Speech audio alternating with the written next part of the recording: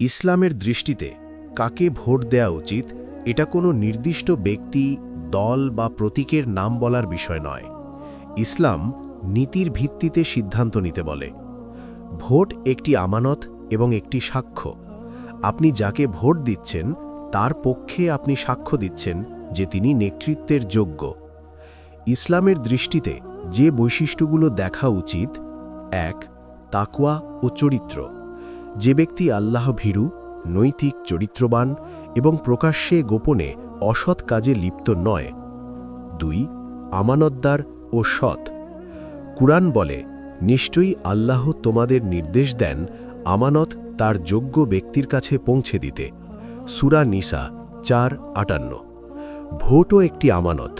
দুর্নীতিবাজ বা প্রতারককে ভোট দেওয়া এই আমানতের খিয়ানত হতে পারে। ৩.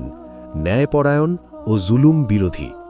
যে অন্যায়, অত্যাচার ও দুর্নীতির বিরুদ্ধে অবস্থান নেয় এবং সবার জন্য ইনসাফ প্রতিষ্ঠা করতে চায়। ৪. যোগ্যতা ও দক্ষতা।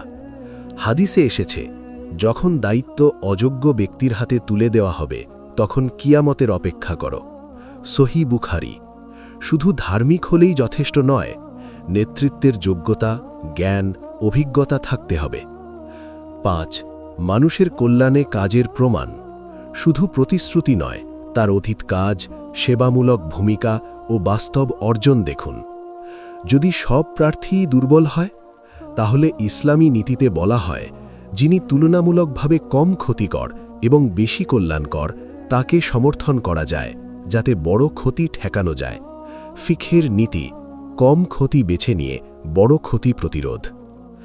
সংক্ষেপে, ইসলামের দৃষ্টিতে ভোট দিতে হবে এমন ব্যক্তিকে যিনি সৎ, আমানতদার, ন্যায়পরায়ণ, যোগ্য, মানুষের কল্যাণে কাজ করতে সক্ষম। এটি শুধু রাজনৈতিক সিদ্ধান্ত নয়, এটি একটি নৈতিক ও দ্বীনি দায়িত্ব।